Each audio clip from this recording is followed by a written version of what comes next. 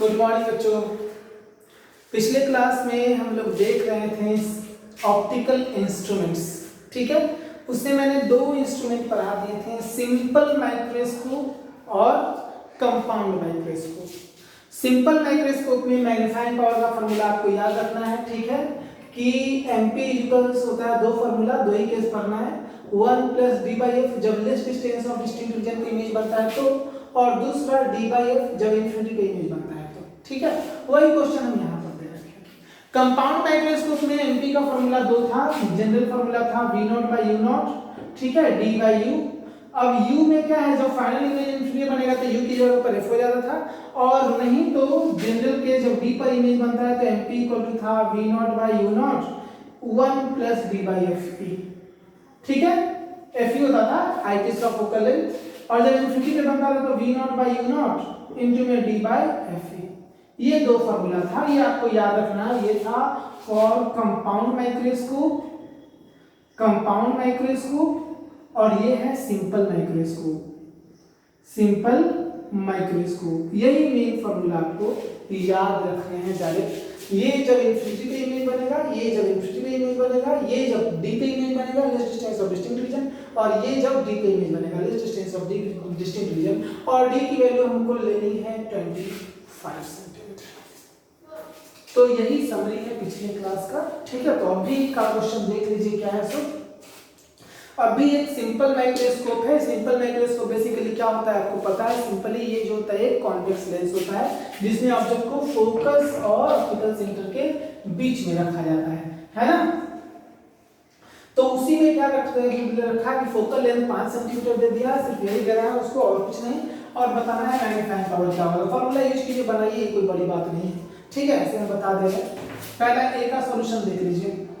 क्या इमेज बन रहा है डिस्टेंस ऑफ डिस्टिंक्ट रीजन पे, तो उसके लिए क्या फार्मूला आता है 1 + d/f 1 + 25/5 कितना हो गया, ये 5 यानी कि 6 हो जाएगा मैग्नीफाइंग पावर। बी में सिंपली d/f, बी में mp इक्वल टू d/f मतलब कि 25/5 यानी कि 5 हो जाएगा, ठीक है। देखिए जब डी पे इमेज बनता है उससे मैग्निफिकेशन मैक्सिमम होता है, ठीक है, और मैक्सिमम 6 का है, इन्फिनिटी पे मिनिमम जो कि 5 है, ठीक है ना। तो यही इसका सॉल्यूशन है, नोट कर लीजिए। आसान क्वेश्चन रहते हैं सिंपल माइक्रोस्कोप से, और कभी पूछता नहीं है, पूछेगा यदि कहीं भी तो कंपाउंड माइक्रोस्कोप से, इससे भी, ठीक है। फॉर्मेलिटी के लिए मैंने बता दिया, नोट कर लीजिए प्लीज, वीडियो रोककर।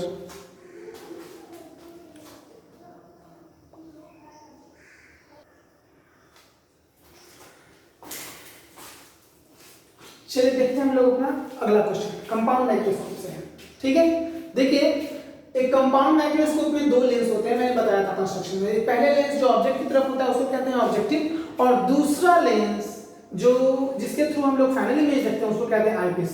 तो दोनों का फोकल लेंथ दे रखा है। ऑब्जेक्टिव का फोकल लेंथ है 4 सेंटीमीटर, ठीक है, और 10 सेंटीमीटर है आईपीस का फोकल लेंथ, ठीक है ना। Object distance 5 centimetre. इतना देने के बाद आपसे पूछ रहा है कि इंस्ट्रूमेंट का मैग्नीफाइंग पावर कैलकुलेट कीजिए। रे डायग्राम ड्रॉ कर दे रहा है, देखिए ये ऑब्जेक्टिव है, ठीक है, फोकस इसका यहाँ पे है 4 सेंटीमीटर पे, और ये यहाँ पर है 5 सेंटीमीटर पे। ये इसके द्वारा इमेज बनाएगा मैग्नीफाइड। ये आईपीस है, ठीक है, ये डिस्टेंस यूई है। फोकल लेंथ इसका दे रखा है 10 सेंटीमीटर, और इसका फोकल लेंथ दे रखा है 4 सेंटीमीटर। तो और फाइनल इमेज जो बन रहा है least distance of distinct vision पे बन रहा है, सपोज यहाँ पे बन रहा है, और वो 25 सेंटीमीटर पे बन रहा है। तो आपको वही बताना है कि मैग्नीफाइंग पावर क्या है इंस्ट्रूमेंट का, और लेंथ ऑफ ट्यूब क्या है, मतलब ऑब्जेक्टिव और आईपीस के बीच का डिस्टेंस क्या है, ठीक है ना। इतना क्वेश्चन में पूछा जा रहा है, ये मैंने अभी लिख दिया, चाहो तो लिख सकते हो। अब देखिए इसको कैलकुलेट कैसे करेंगे। तो देखिए जब कभी भी आपको क्वेश्चन मिलता है, चाहे वो माइक्रोस्कोप का हो, चाहे वो टेलीस्कोप हो, कोई भी ऑप्टिकल इंस्ट्रूमेंट का हो, तो आप उसको 2 लेंस प्रॉब्लम मानकर बनाइए। आपको ज्यादा कुछ नहीं कहना है। पहली बात कि आपको फॉर्मूला याद रखना है मैग्नीफाइंग पावर का, ठीक है, वो एकदम नेसेसरी है, एकदम अनिवार्य है।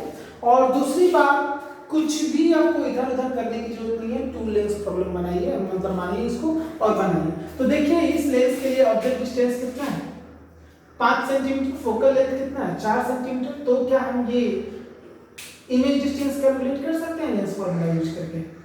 कर सकते हैं ना। लिखेंगे सॉल्यूशन में for the objective u not कितना है जी -5 सेंटीमीटर, f नॉट कितना है 4 सेंटीमीटर। हमें पता करना है v नॉट क्या होगा using lens formula. Using lens formula लिखेंगे 1 by V naught minus 1 by U naught equal to 1 by F naught. ये वी नॉट हमें कैलकुलेट करना है और ये यू नॉट की वैल्यू है हमारा -5 सेंटीमीटर और ये है 4 सेंटीमीटर। यहाँ से वी नॉट कैलकुलेट हो जाएगा 1 बाई 4 माइनस 1 बाई 5। सॉल्व कीजिएगा, एलसीएम आता है इसका 20, ये जाएगा 5 माइनस 4 मीन्स कि वी नॉट जो आ गया वो आ गया 20 सेंटीमीटर। ठीक है, V नॉट आ गया 20 सेंटीमीटर। फॉर्मूला में इसकी जरूरत पड़ती है क्योंकि मैग्नीफाइंग पावर का फॉर्मूला क्या होता है आपको याद होगा, MP = V not by U not 1 plus B by FE बताया है ना। तो V नॉट कैलकुलेट करने की जरूरत थी इसीलिए मैंने V नॉट कैलकुलेट किया है। U नॉट तो दे ही रखा है, ठीक है। D का वैल्यू हम जानते हैं और FE का वैल्यू हम जानते हैं, तो MP तो यहीं से कैलकुलेट हो जाएगा जी। Hence MP = V not by U not 1 plus D by FE बन गया ये तो तुरंत जी। V नॉट 20 है, U नॉट कितना है जी U नॉट 4 है, 4 है कि 5 है 5 है। मैग्नीट्यूड रखना है सिर्फ, यहाँ पर सबका मैग्नीट्यूड ही रखा जाता है क्योंकि मैग्नीट्यूड पूछा जा रहा है। 1 प्लस 20 D का वैल्यू 25 और FE का वैल्यू कितना है 10। ये 2.5 हो जाएगा, 2.5 को 1 में ऐड करेंगे तो 3.5 हो गया, 4 3 14 जाएगा।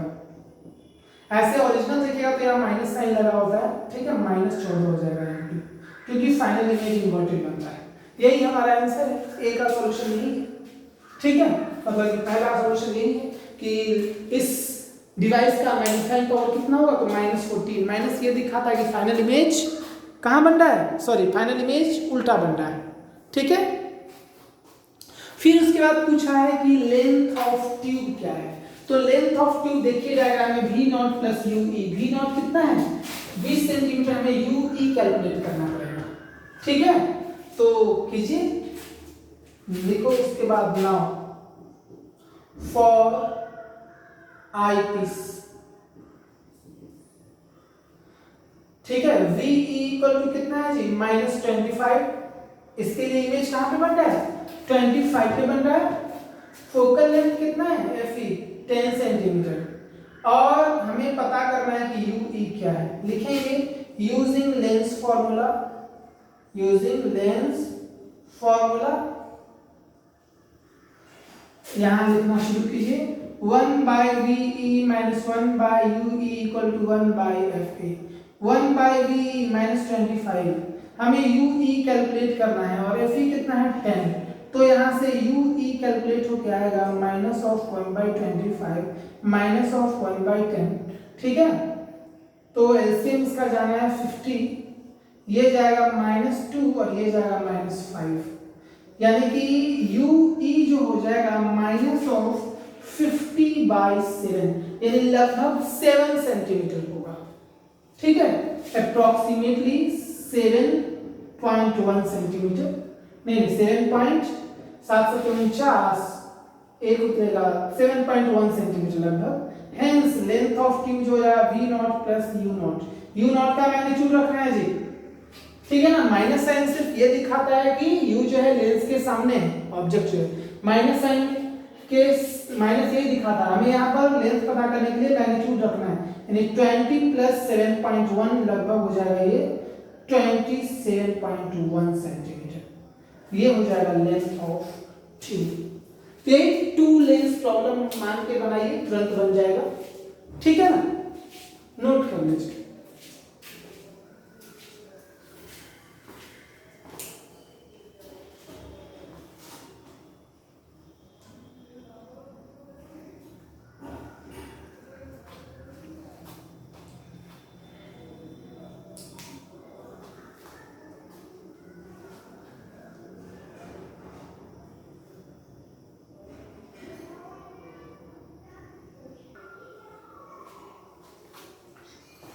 चलिए हम लोग अब अगला क्वेश्चन देखते हैं। देखिए अगला क्वेश्चन में हम कुछ नहीं किए, बस एक वर्ड चेंज किए, पूरा डेटा वही है, पूरा डायग्राम वही है, बस किए हम इतना है कि फाइनल इमेज डी पर ना बन के इन्फिनिटी पे बन रहा है। फाइनल इमेज डी पर ना बन के इन्फिनिटी पे बन रहा है, मतलब कि नॉर्मल एडजस्टमेंट का केस है। तो आपको बताना है कि मैग्नीफाइंग पावर क्या है और लेंथ ऑफ ट्यूब क्या है। ठीक है, तो बस फॉर्मूला यूज कीजिए। नॉर्मल एडजस्टमेंट में हम बोले थे जब फाइनल इमेज इन्फिनिटी बनता है तो आईपीस जो होता है, आईपीस के लिए यूई किसके बराबर हो जाता है, यूई जो होता है वो एफई के बराबर होता है, मतलब कि 10 सेंटीमीटर के बराबर हो जाएगा। यानी कि इसका जो इमेज है इसके फोकस पे रहता है, तभी फाइनल इमेज इन्फिनिटी बनता है। बताएं हैं? अरे नॉर्मल एडजस्टमेंट मतलब क्या, यू को दिए क्वेश्चन में लिख दिया फाइनल इमेज इन्फिनिटी पे, तो सिंपल सी बात है कि आईपीस के लिए जो ऑब्जेक्ट है वो उसके फोकस में होगा, तब ना फाइनल इन्फिनिटी बनेगा जी। तो फोकस का मतलब यहाँ से 10 सेंटीमीटर पर होगा। ठीक है, तो सीधे फार्मूला आप यूज कर दीजिए, कोई बड़ी बात नहीं है। तो mp इक्वल टू क्या, v not by u naught d by f ही था ना फार्मूला जी। और v नॉट कैलकुलेट किए थे पिछली बार, v नॉट कितना आया था कैलकुलेट होके, 20 सेंटीमीटर आया था, खुद से कैलकुलेट कर लीजिए आप लोग। ठीक है, तो 20 बाय u नॉट कितना है 5 इनटू में d कितना है 25 और f कितना है 10। इसको सॉल्व कीजिए आप खुद से, ये 2.5 जाएगा, 2.5 25 चौका 100 10 हो जाएगा एमपी, एमपी जो है वो 10 हो जाएगा। ठीक है, और लेंथ ऑफ ट्यूब पूछा है, तो लेंथ ऑफ ट्यूब जो होगा इस केस में v नॉट प्लस ue यानी v नॉट प्लस fe, और v नॉट कितना है 25 और fe कितना है 10, v नॉट 20 है 30 सेंटीमीटर हो जाएगा लेंथ ऑफ ट्यूब। यही हमारा सॉल्यूशन है। बस नॉर्मल एडजस्टमेंट का केस दे दिया तो उसको सॉल्व करना आसान होता है। ठीक है ना, सॉल्व कर लीजिए, सॉरी नोट कर लीजिए, बनाइए जल्दी से।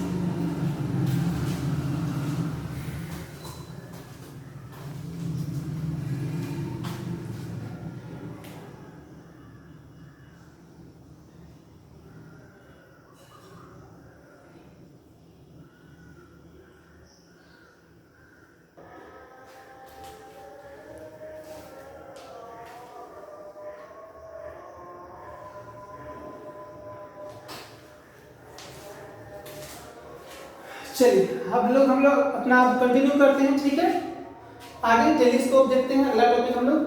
देखिए टेलीस्कोप एक ऐसा डिवाइस होता है जो डिस्टेंट ऑब्जेक्ट को क्लियरली दिखाता है। ठीक है ना, मैग्नीफाई करके क्लियरली दिखाता है। डिस्टेंट मतलब जो ऑब्जेक्ट दूर। ठीक है, telescope is a device which are used to see the distant object clearly। ठीक है, अब देखिए टेलीस्कोप जो होगा दो टाइप का होगा हमारा। पहला होगा रिफ्रैक्टिंग टेलीस्कोप, दूसरा होगा रिफ्लेक्टिंग टेलीस्कोप। रिफ्रैक्टिव टेलीस्कोप में लेंस यूज होता है और रिफ्लेक्टिंग टेलीस्कोप में मिरर यूज होता है, स्फेरिकल मिरर या प्लेन मिरर जो भी। ठीक है, रिफ्रैक्टिव टेलीस्कोप में क्या होता है, इसका दोनों का अलग अलग फायदा है। ये थोड़ा सस्ता भी पड़ता है और इसमें ब्राइटनेस इमेज का ज्यादा होता है क्योंकि लाइट ये एब्जॉर्ब नहीं कर पाता है ज्यादा। ठीक है, कोई मिरर जो है ज्यादा लाइट को क्या करता है, रिफ्लेक्ट कर देता है 99% से ज्यादा %, और लेंस जो है कुछ को एब्जॉर्ब भी कर लेता है यदि ट्रांसपेरेंट मीडियम है, तो वहां पर थोड़ा ब्राइटनेस इसके कंपैरिजन में कम होता है। ठीक है, दोनों का अपना अपना फायदा है। तो देखिए रिफ्रैक्टिव टेलीस्कोप में तीन टाइप का आपको करना है, पहला एस्ट्रोनॉमिकल, दूसरा टेरेस्ट्रियल और तीसरा गैलीलियो। एस्ट्रोनॉमिकल जो है सेलेस्टियल बॉडी को देखने के लिए, जैसे चांद, तारे, ग्रह, नक्षत्र, स्टार, ये सब। टेरेस्ट्रियल जो है पृथ्वी पर रखे ऑब्जेक्ट को देखने के लिए यूज होता है। ठीक है, ये फाइनल इमेज उल्टा बनाता है और ये फाइनल इमेज को सीधा बनाता है, और इसी का एक सिंपल फॉर्म गैलीलियन है। ठीक है, ये भी फाइनल इमेज सीधा ही बनाएगा। इसमें 3 लेंस होते हैं जबकि इसमें 2 लेंस होते हैं। इसका इसी का सिंपल फॉर्म है। ठीक है, तो यही है, बारी बारी से हम तीनों को देखते हैं, स्टडी करते हैं। आज देखते हैं सबसे पहले एस्ट्रोनॉमिकल टेलीस्कोप, ठीक है, दूसरा टेरेस्ट्रियल टेलीस्कोप, तीसरा गैलीलियन टेलीस्कोप देखते हैं। ठीक है, और डिराइव करते हैं हम लोग मैग्नीफाइंग पावर का फार्मूला। ठीक है, मिटाते हैं, नोट करना है तो आप नोट कर सकते हैं, ऐसे पहले भी हम बता चुके हैं, हम मिटा रहे हैं इसको। ठीक है,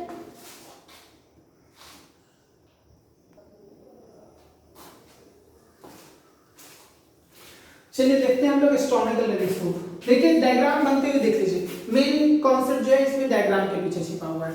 ठीक है, तो इसलिए डायग्राम बनते हुए अच्छे से देखिए। देखिए कंस्ट्रक्शन में सबसे पहले इसमें 2 कोएक्सियल कॉन्वेक्स लेंस होते हैं। ठीक है, इसमें 2 कोएक्सियल कॉन्वेक्स लेंस होते हैं। इसमें दूसरा कॉन्वेक्स लेंस हम अभी नहीं बना रहे। ठीक है, अभी पे बनाएगा तो गलती हो जाएगा।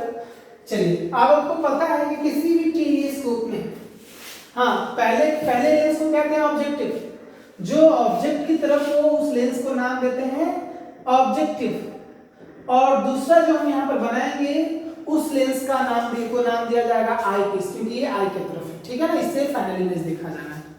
अब आपको पता होगा कि टेलीस्कोप में हम डिस्टेंट ऑब्जेक्ट को देखते हैं, मतलब डिस्टेंट मतलब काफी दूर रहता है ऑब्जेक्ट, तो ऑब्जेक्ट कहाँ पर है, काफी दूर है, मतलब कि इन्फिनिटी पे, ठीक है। तो इन्फिनिटी पर रखे किसी भी ऑब्जेक्ट का इमेज कहाँ बनता है बताइए, कॉन्वेक्स लेंस में, फोकस में। तो ये इन्फिनिटी पे रखे डिस्टेंट ऑब्जेक्ट का इमेज फोकस में बना देगा, तो उसका आप रे डायग्राम पहले ड्रॉ कर लीजिए, ठीक है, लेंस से पहले ना रे डायग्राम, तो उसका रे डायग्राम आप ड्रॉ कर लीजिए। तो हम बनाते हैं, ठीक है, हम यहाँ से दो रे ले लेते हैं, एक फोकस से और एक ऑप्टिकल सेंटर से, ठीक है, ऐसे लिए ऑप्टिकल सेंटर से, नहीं बन पा रहा है ठीक से मेरे से,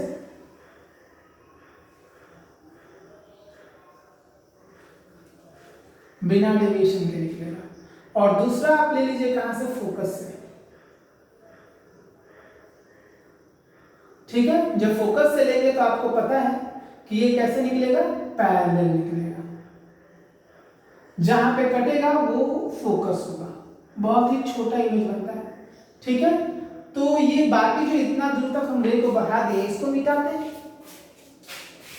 इसका कोई काम नहीं। अब ये ऑब्जेक्ट की तरफ बिहेव करेगा, किसके लिए, ये ऑब्जेक्ट की तरफ बिहेव करेगा आई पीस के लिए। तो क्या करते हैं हम लोग कि आई पीस को डायग्राम लगता है थोड़ा कॉम्प्लेक्स, मतलब खिंचखिंचा गया, फिर से बना देते हैं, यही तो प्रॉब्लम होती है इसमें, ठीक है, डायग्राम बनाने में ही इसमें बड़ा दिक्कत होता है।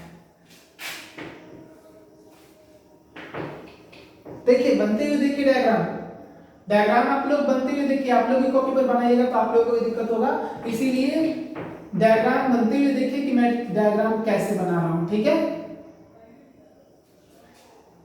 एक रे को हमें ले चलना है, ये फोकस है, थोड़ा दूर बना दे रहा है, चाहे तो और भी दूर ले जाए, एक रे को ले जाना है हमको, हम यहीं से रे को ले गए, क्या ट्रायंगल छोटा ना हो गया जी, और एक रे को ले गए, इसके पहले ले जाना है, ठीक है, इसके पहले ले जाना है, ये फोकस से जाएगा, यहां पर इमेज बना, ठीक है, फाइनल इमेज में इसके द्वारा बनाया गया इमेज यहां पर, ये पैरेलल है, ठीक है। फोकस नहीं बनेगा, आपको पता है, ये फोकस होगा, एफ डैश, एफ को लिखते हैं, एफ ओ डैश लिखते हैं, ठीक है। अब देखिए आई पीस को हम इस प्रकार से एडजस्ट करते हैं कि ये जो ऑब्जेक्ट है, आई पीस के लिए ऑब्जेक्ट ही होगा, ये जो ऑब्जेक्ट है वो इसके फोकस के अंदर आ जाए। सपोज इसका फोकस यहां पर है, हम ये एडजस्टेबल होता है एफ ई, ये जो होता है ना आई पीस वो एडजस्टेबल होता है, जैसे माइक्रोस्कोप में एडजस्टेबल होता है वैसे ही टेलीस्कोप में भी आगे पीछे कर सकते हैं इसको, ये एडजस्टेबल होता है, ठीक है। अब ये इसके फोकस के अंदर है कि नहीं, जब फोकस के अंदर है तो उसका इमेज किधर बनता है बताइए, ऑब्जेक्ट की तरफ ही बनता है और वर्चुअल बनता है कि नहीं, और ऑब्जेक्ट उल्टा है तो इमेज भी उल्टा ही बनेगा, है कि नहीं। और ये याद रखिएगा, नॉर्मल एडजस्टमेंट के केस में जब फाइनल इमेज इंट्री बनते हैं तो इसको इस प्रकार से एडजस्ट करते हैं कि ये कहां हो जाए, ये जो इमेज है इसके फोकस पे आ जाए, मतलब कि दोनों का फोकस कोइंसाइड कर जाएगा, एफ ई और एफ ओ डैश दोनों कोइंसाइड कर जाएगा, ठीक है। तो खैर वो तो नॉर्मल एडजस्टमेंट है, हम जनरल की बात कर रहे हैं, ये फोकस के और ऑप्टिकल सेंटर के अंदर होता है, ठीक है। चलिए अब यहां से क्या कीजिए कि दो रे निकालिए, इमेज बनाने के लिए एक रे को ऐसे निकालिएगा, फोकस इसका यहां पर है जी, तो ये कुछ यहां पर होगा एफ ई डैश, इसको यहां से ऐसे ले जाइए, मिलाइए इसको, क्योंकि जितना डिस्टेंस ये फोकस है उतना ही डिस्टेंस ये फोकस रहना चाहिए, है ना।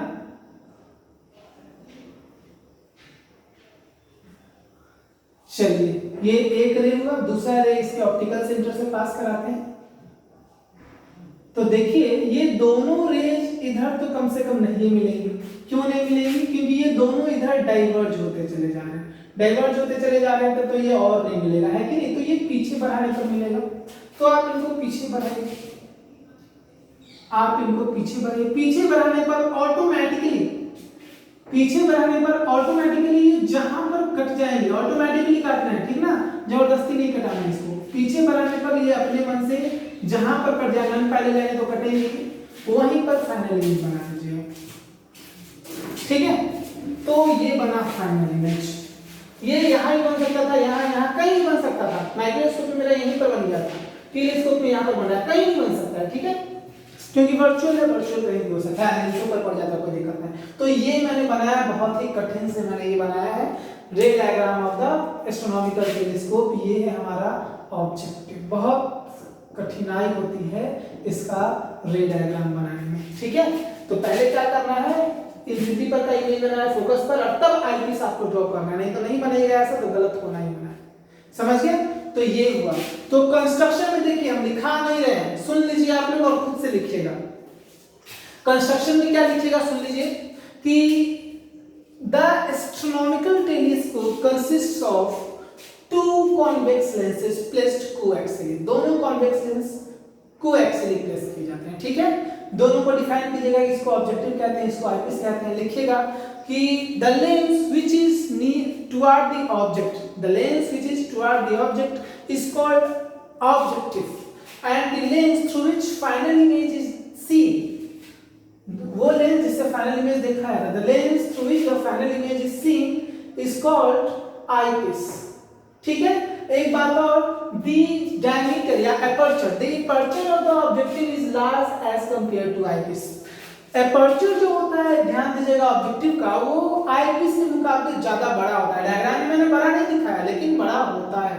किसी भी टेलीस्कोप में देखिएगा कि आंख की तरफ जो लेंस होता है वो छोटा होता है, और जो दूसरी तरफ होता है ऑब्जेक्ट की तरफ वो बड़ा होता है, उसका एपर्चर ज्यादा बड़ा होता है, ठीक है। तो बड़ा रखने का क्या कारण, तो देखिए ज्यादा एपर्चर रखने से क्या होगा, ये ज्यादा से ज्यादा अमाउंट ऑफ लाइट को कलेक्ट करेगा, और जितना ज्यादा अमाउंट ऑफ लाइट होगा उसका ब्राइटनेस, इस इमेज का ब्राइटनेस उतना ही ज्यादा होगा, ठीक है। तो ब्राइटनेस बढ़ाने के लिए इसका जो एपर्चर है वो ज्यादा बड़ा रखा जाता है, ठीक है। और एक बात और कि इसका फोकल लेंथ जो है, उसका फोकल लेंथ ही बड़ा रखा जाता है, ताकि मैग्नीफाइंग पावर ज्यादा से ज्यादा हो। वही फार्मूला ड्राइव करेंगे, एफओआई किया जाएगा, ठीक है। इसका जितना ज्यादा फोकल लेंथ होगा, इसका फोकल लेंथ मैग्नीफाइंग पावर उतना ही ज्यादा होता है, और इसका जितना कम होगा मैग्नीफाइंग पावर उतना ही ज्यादा होगा। तो एक यहाँ पर कॉन्ट्रडिक्शन हो जाता है कि देखिए एपर्चर ज्यादा होने से ये नियम है कि फोकल लेंथ कम हो जाता है, ठीक है। एपर्चर बढ़ने से फोकल लेंथ कम हो जाता है। तो देखिए एपर्चर ज्यादा रखेगा, सॉरी एपर्चर बढ़ने से फोकल लेंथ, खैर ये अभी चर्चा छोड़ दीजिए, इतना याद रखिएगा, फोकल लेंथ इसका कम रखा जाता है और एपर्चर बड़ा रखा जाता है, ठीक है। तो कंस्ट्रक्शन यही 3-4 बात लिखिएगा। सबसे पहली बात, it consist of two convex lenses coaxially, ठीक है। तो first is called objective, definition लीजिएगा, आईपीस का डेफिनेशन लिख लीजिएगा। द आईपीस इज एडजस्टेबल, ये बात ही मेंशन करना है, आईपीस जो होता है वो एडजस्टेबल होता है, ठीक। ऑब्जेक्टिव का फोकल एपर्चर बड़ा होता है, ये लिखिएगा, इसका फोकल लेंथ भी ज्यादा होता है, ठीक है, एज कंपेयर टू आईपीस। इतनी बात आपको लिखनी है कंस्ट्रक्शन में, ठीक हो गया कंस्ट्रक्शन। अब उसके बाद वर्किंग। वर्किंग में देखिए क्या क्या लिखना है, वर्किंग सुन लीजिए, ठीक है, बार बार देख लीजिएगा, लिख लीजिएगा, बार बार सुन के लिख लीजिएगा। वर्किंग में क्या क्या, सबसे पहले ऑब्जेक्ट कहां पर है, इन्फिनिटी पे, तो कोई भी कॉन्वेक्स लेंस इन्फिनिटी पर का ऑब्जेक्ट का इमेज कहां बनाता है, फोकस पे, ठीक है। तो लिखिएगा इसमें कि the object that is to be seen, object जिसको देखा जाना है, ठीक है ना, the object that is to be seen, एक मिनट, जो ऑब्जेक्ट को देखा है उसका इमेज इस लेंस के ऑब्जेक्टिव के द्वारा फोकस में बनाया जाता है, ठीक है ना। The objective form the image of distant object of the at its focus, लिखिएगा सबसे पहले, the objective forms the image of distant object at its focus. Now this image due to objective forms behaves like object for the eyepiece, behaves like object for the eyepiece, ठीक है ना। the eyepiece is so adjusted, eyepiece को इस प्रकार से adjust करते हैं, the eyepiece is so adjusted that it the image into objective lies between focus of the eyepiece and optical center, lies between focus of the eyepiece and optical center। इसका जो image है, इसके कारण जो image बना है, इसका position क्या होता है, अब आईपीस के फोकस और ऑप्टिकल सेंटर के बीच में, ठीक है ना, and the eyepiece forms the final image, ठीक है ना, which is magnified and inverted with respect to object. Object के मुकाबले ये मैग्नीफाइड होता है लेकिन इन्वर्टेड होता है, ठीक है, और इधर ही बनाना है, तो यही इसका हो गया वर्किंग, ठीक है। अब हम लोग देखते हैं expression for magnifying power. Expression for magnifying power, तो देखिए इसका भी एकदम आसान है डेरिवेशन, बस आपको ये याद रखना है कि थीटा नॉट यहां पर h/d नहीं लिखना है, थीटा नॉट यहां पर h/d नहीं लिखना है, यहां पर जो एंगल बनता है ना वो होता है थीटा नॉट, ये बस बात आप इतना याद रखिए, और ये तो थीटा होता था पहले भी और अभी भी, ये इतनी बात आपको बस याद रखनी है कि ये जो है ये थीटा नॉट है, ठीक है, बस। तो मैग्नीफाइंग पावर जो होगा वो mp equal to theta upon theta naught होगा, मैक्सिमम विजुअल एंगल, ये visual angle by maximum visual angle, यानी mp जो हो गया इस थीटा, देखिए इसका नाम दे दें a डैश b डैश, तो यहां थीटा इक्वल टू क्या हो जाएगा जी, a dash b dash by ue, a dash b dash by ue divided by minus में ue, चाहे ue नहीं लिखते हैं इसको, a dash b dash divided bye oe b dash, b dash oe, ठीक है। चलो, और थीटा नॉट की वैल्यू क्या है, देखिए तो थीटा नॉट की वैल्यू है ये वाला a dash b dash by o b dash, a dash b dash by o b dash, a dash b dash cancel हो गया, ठीक है, तो ये बच गया o b dash divided by o e b dash, ठीक है। This implies mp equal to o b dash क्या है यहाँ पर, फोकल लेंथ है जो पॉजिटिव होगा, और इसका फोकल लेंथ ये नेगेटिव होगा। नेगेटिव इसलिए क्योंकि ये जो है ना हम इंसिडेंट रे के अपोजिट में जा रहे हैं, o e b डैश जो है हम इंसिडेंट रे के अपोजिट में जा रहे हैं, एक मिनट, इसीलिए इसको नेगेटिव लिखे हैं, ये u e होगा, तो ये हो गया general formula. u e negative लिखे क्योंकि इंसिडेंट रे इधर है ना, हम लोग इधर जा रहे हैं, इसीलिए मैंने नेगेटिव लिखा, ठीक है, और f पॉजिटिव लिखा मैंने, तो ये हो गया है फार्मूला हमारा F by QE, general formula. अब इसी में बस सिंपल इतना ही तो था, फार्मूला इतना ही था, आसान था, देख लिए आप, मैग्नीफाइंग पावर का जनरल फार्मूला यही हुआ। अब इसी में स्पेशल केस आएगा, जनरल फार्मूला से कभी क्वेश्चन पूछता ही नहीं, ठीक है, हमेशा स्पेशल केस से पूछता है, special cases. Case first, when final image forms at least distance of distinct vision, least distance of distinct vision, in this case v equal to minus of d, ठीक है, इमेज इधर बना तो minus of d हो जाएगा, v e हुआ, ठीक है, f equal to f e, और हमें पता करना है कि ue क्या होगा, ue पता करके यहाँ पुट कर दीजिए, हो जाएगा। Using lens formula, using lens formula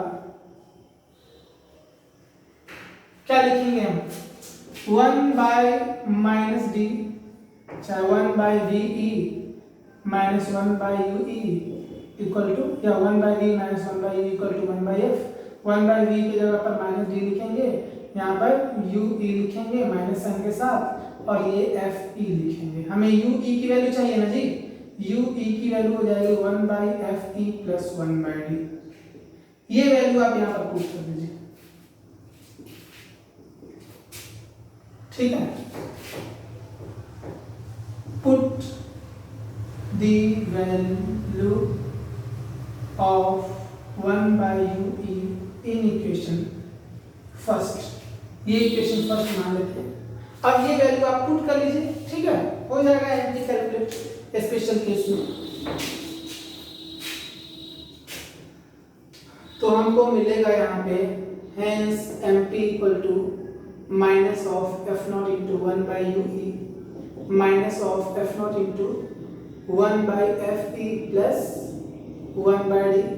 ठीक है, हम क्या कर रहे हैं कि एफ ई को कॉमन ले रहे हैं नीचे से, minus of F not by F ई। ठीक है, ये 1 plus F E by D, ये हो गया फॉर्मूला एमपी का। ठीक है, ये हुआ, ये था जो फाइनल इमेज डी के बनता है। ऐसे में केस सेकंड हो जाएगा जब फाइनल इमेज इंफिनिटी के बनेगा, तो जरूर दोनों का फोकस कोइंसाइड कर जाएगा, यू ई किसके बराबर, एफ ई के बराबर हो जाएगा। ठीक है, इसी में लिख देते हैं। ठीक है, when final image forms at infinity, मतलब नॉर्मल एडजस्टमेंट के लिए। ठीक है, इसी में लिखेंगे, पहले इतना आप नोट कर लीजिए, इतना पहले आप नोट कर लीजिए, उसके बाद लिखाता है। ठीक है, पहले नोट कर लीजिए।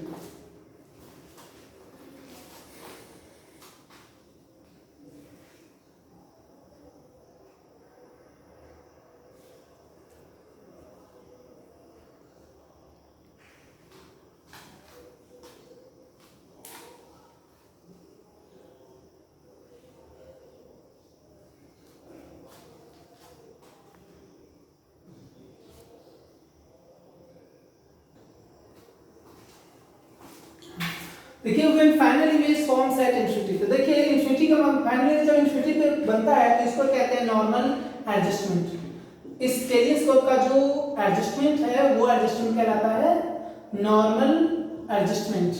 ठीक है, तो इन दिस केस VE जो होता है वो क्या हो जाता है, इंफिनिटी हो जाता है। अब आपको पता है कि जब आईपीस के लिए फाइनल इमेज इंफिनिटी होगा तो ऑब्जेक्ट कहां पर होगा, हेंस ऑब्जेक्ट जो हो जाएगा वो फोकस पे होगा, फोकस पे। ठीक ना, u and object distance equal to focal length, hence mp equal to क्या हो गया formula, minus of f naught by ue का ये वैल्यू पुट कीजिए, तो mp इक्वल टू हो जाएगा f naught by fe minus sign के साथ। यही हो गया फॉर्मूला mp का। और लेंथ ऑफ ट्यूब की बात कीजिएगा तो ये भी तो वही ना होगा जी, f naught plus ue, length of tube,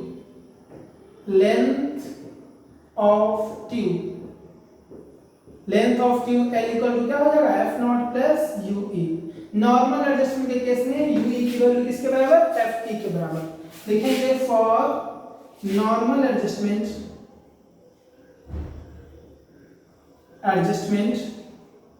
ue equal to fe, hence L equal to fo plus fe, normal adjustment के केस में, और ये जनरल। ठीक है, तो बस खत्म हो गया एस्ट्रोनॉमिकल टेलीस्कोप। अगली क्लास में हम बता देंगे आपको टेरेस्ट्रियल टेलीस्कोप। ये ऐसा ही है, बस इसमें एक तीसरा लेंस इंट्रोड्यूस किया जाता है बस, और उसमें कोई थ्योरी वगैरह डेरिवेशन वगैरह नहीं है, बस थ्योरी जानना है। एस्ट्रोनॉमिकल भी टेरेस्ट्रियल भी खत्म हो जाएगा, और अगले क्लास में टेरेस्ट्रियल और गैलीलियन और रिफ्लेक्टिव तीनों बता के अगला क्लास लास्ट क्लास होगा। और एक बात और बता देते हैं कि इस साल के सिलेबस